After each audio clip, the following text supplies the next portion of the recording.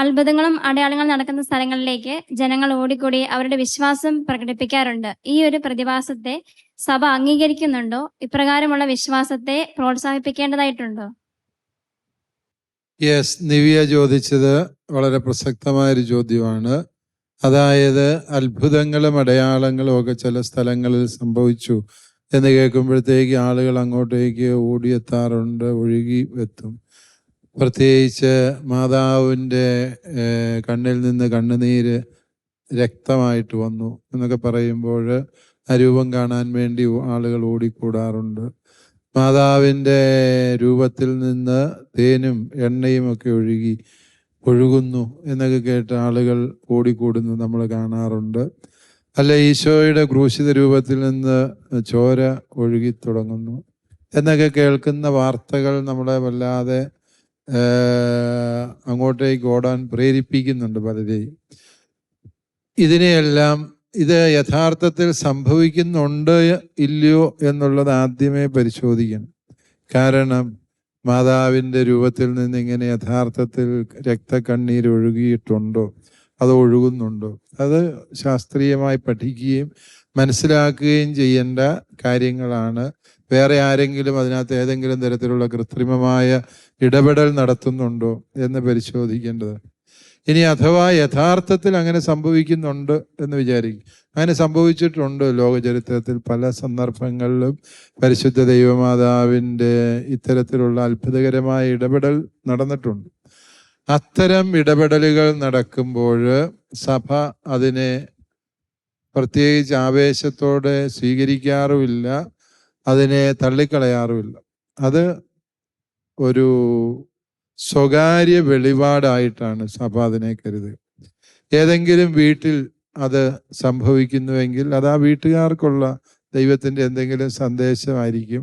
അവർ കൂടുതൽ വിശ്വസ്തയോടെ വിശ്വാസത്തോടെ ജീവിക്കണം എന്നുള്ള മുന്നറിയിപ്പായിരിക്കും. അല്ലെ, ഒരു പ്രദേശത്ത് അങ്ങനെ സംഭവിക്കുമ്പോൾ ആ പ്രദേശംകാര് കൂടുതൽ ദൈവ സ്നേഹത്തിൽ വളരാനുള്ള ദൈവത്തിൻ്റെ ഒരു ക്ഷണമായിരിക്കും. അത് അവർ സ്വീകരിക്കട്ടെ എന്ന ഒരു മനോഭാവമാണ് സഭ സ്വീകരിക്കാറുള്ളത്. മറിച്ച് ഇതിനെ കൂടുതൽ ആഴത്തിൽ പഠിക്കേണ്ടതായ സാഹചര്യങ്ങൾ വരുന്നുണ്ട് എങ്കിൽ സഭയിൽ അതിൻ്റെതായ സംവിധാനങ്ങളുണ്ട്.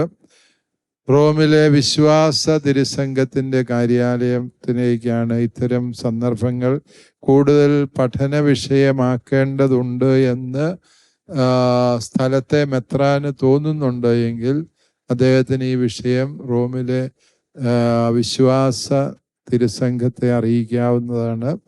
അതെങ്ങനെയാണ് പഠിക്കേണ്ടത് എന്നും അതിനുവേണ്ടി നടത്തേണ്ട നിരീക്ഷണങ്ങൾ എന്തൊക്കെയാണ്, അപ്രകാരം നടത്തേണ്ട ആളുകൾ ആരൊക്കെയാണ് തുടങ്ങിയ വിശദമായ നിർദ്ദേശങ്ങൾ റോമിൽ നിന്ന് ലഭിക്കുകയും റോം തന്നെ ഇതേക്കുറിച്ച് പഠിക്കാൻ വേണ്ടി ഒരു കമ്മീഷനെ നിയോഗിക്കുകയും അവര് പഠനങ്ങൾ പൂർത്തീകരിച്ച്, ഇതെല്ലാം വളരെ രഹസ്യമായി നടക്കുന്ന കാര്യങ്ങൾ, ആ പഠനങ്ങൾ പൂർത്തീകരിച്ച് റിപ്പോർട്ട് കൊടുക്കും. വീണ്ടും ചിലപ്പോൾ പഠിക്കേണ്ടി വന്നിരിക്കും. അങ്ങനെ 10, 20, 40 കൊല്ലമൊക്കെ എടുത്താണ് ചിലപ്പോൾ ചില അടയാളങ്ങളുടെ ആധികാരികത സഭ അംഗീകരിക്കുന്നത്. അങ്ങനെ അംഗീകരിച്ചു കഴിയുമ്പോൾ പോലും അതിൻ്റെ അർത്ഥം എന്താണ്? അത് നമ്മുടെ വിശ്വാസത്തിൽ പുതിയതായി ഒന്നും കൂട്ടിച്ചേർക്കുന്നില്ല. ഈ സ്വകാര്യ വെളിപാടുകളെ സഭ അംഗീകരിക്കുന്നതിൻ്റെ കാരണം ഈ സ്വകാര്യ വെളിപാട് പുതുതായി ഒന്നും കൂട്ടിച്ചേർക്കുന്നില്ല. കാരണം ഈശോ മിശിഹായിലൂടെ ദൈവം തന്ന വെളിപാടാണ് വെളിപാടിൻ്റെ പൂർണ്ണത. അതിനേക്കാളും വലിയ കാര്യമൊന്നും ഇനി നമുക്ക് ലഭിക്കാനില്ല എന്നുള്ളതാണ് അടിസ്ഥാനപരമായ സത്യം.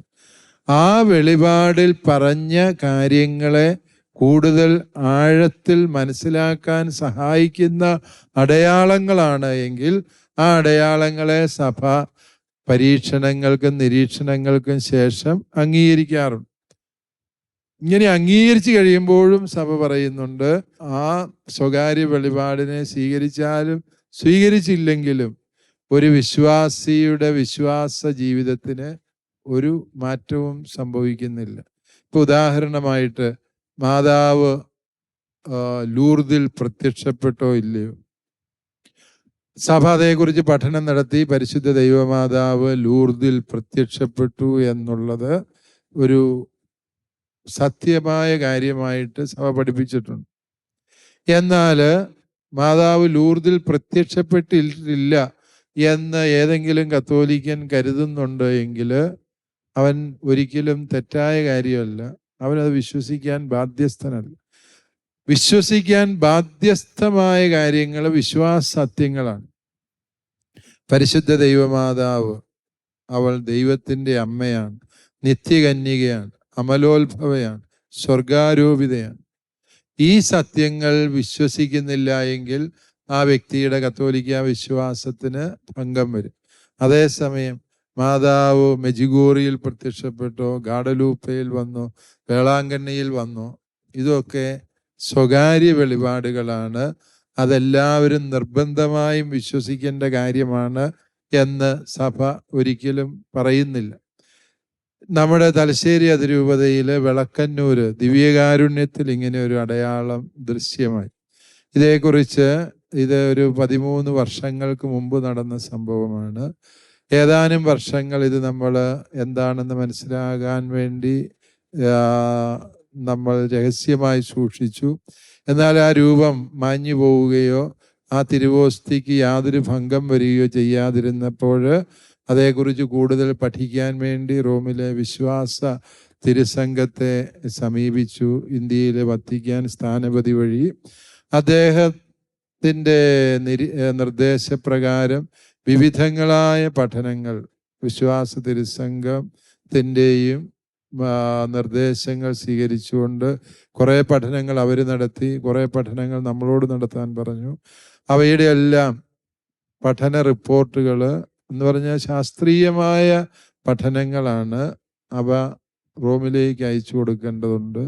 അവയെല്ലാം പഠിച്ചും വിലയിരുത്തിയും റോമിലെ ഈ കാര്യങ്ങളെ വിലയിരുത്തുന്ന വിശ്വാസ തിരുസംഘത്തിൻ്റെ സമിതി പറഞ്ഞു, ഓക്കെ, ഈ ദിവ്യകാരുണ്യത്തിൽ ദർശിക്കപ്പെട്ട ഈശോയുടെ തിരുമുഖം എന്നത് പരിശുദ്ധ കുർബാനയിലുള്ള വിശ്വാസത്തെ ആഴപ്പെടുത്തുന്ന ഒരു സത്യമാണ്. അതുകൊണ്ട് അതിനെ പരിശുദ്ധ കുർബാനയുടെ ഒരു അടയാളമായിട്ട് പ്രഖ്യാപിക്കുന്നതിൽ തടസ്സമില്ല എന്ന് റോം നിരീക്ഷിക്കുന്നുണ്ട്.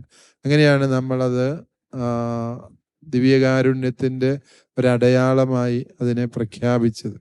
പക്ഷെ അത് പറയുമ്പോഴും അതൊരു ദിവ്യകാരുണ്യ അത്ഭുതമാണോ എന്ന് ചോദിച്ചാൽ യഥാർത്ഥ ദിവ്യകാരുണ്യ അത്ഭുതം എന്താണ്? ഓരോ പരിശുദ്ധ കുർബാനയിലും നാം സമർപ്പിക്കുന്ന അപ്പവും വീഞ്ഞും ഈശോയുടെ തിരുശരീര രക്തമായി മാറുന്നു. അതാണ് യഥാർത്ഥ ദിവ്യകാരുണ്യ അത്ഭുതം എന്ന് പറയും. ആ സത്യത്തെ സ്വർഗം സാക്ഷ്യപ്പെടുത്തുകയാണ് ഈ അടയാളത്തിലൂടെ. പരിശുദ്ധ കുർബാനയെ നോക്കിയിരുന്നാൽ ഈശോയുടെ തിരുമുഖമാണ് നമ്മൾ ദർശിക്കുന്നത് എന്ന് നമ്മൾ വേദപാഠ ക്ലാസ്സിൽ തൊട്ടേ പഠിച്ചിട്ടുള്ള കാര്യമാണ്, അല്ലേ? ആ സത്യം സ്വർഗം തന്നെ ഇതാ സാക്ഷ്യപ്പെടുത്തിയിരിക്കുന്നു.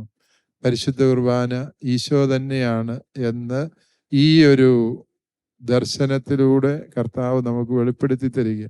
സഭ അതിനെ അംഗീകരിക്കുന്നതിൻ്റെ കാരണം എന്താന്ന് ചോദിച്ചാൽ സത്യവിശ്വാസത്തെ ഈ അടയാളം കൂടുതൽ പോഷിപ്പിക്കുന്നു. അതുകൊണ്ട് ഇതിനെ അംഗീകരിക്കുന്നതിലും അങ്ങോട്ട് തീർത്ഥാടനം നടത്തുന്നതും നല്ലതാണ് എന്ന് വിശ്വാസ തിരുസംഘം നിരീക്ഷിച്ചതിൻ്റെ കാരണം അതാണ്. അപ്പം ആ അർത്ഥത്തിലാണ് നമ്മളെല്ലാ അടയാളങ്ങളെയും മനസ്സിലാക്കേണ്ടത്. ഈ അടയാളങ്ങൾ കാണാനുള്ള വ്യഗ്രത അത് വിശ്വാസിക്ക് അമിതമായി പ്രോത്സാഹിപ്പിക്കേണ്ട ഒരു കാര്യമല്ല. സത്യമായും നാം ഓരോ പരിശുദ്ധ കുർബാനയിലും സ്വീകരിക്കുന്നത് ഈശോയുടെ തിരുശരീര രക്തങ്ങൾ തന്നെയാണ് എന്ന് ഉറച്ചു വിശ്വസിക്കുക. ആ വിശ്വാസത്തോടെ ഈശോയെ സ്വീകരിക്കുക. അതാണ് യഥാർത്ഥ വിശ്വാസം. ആ വിശ്വാസത്തിലേക്ക് നമുക്ക് കൂടുതൽ തെളിവ് തരുന്നതാണ് ഇത്തരത്തിലുള്ള അടയാളങ്ങൾ എന്ന് മനസ്സിലാക്കിയാൽ മതി.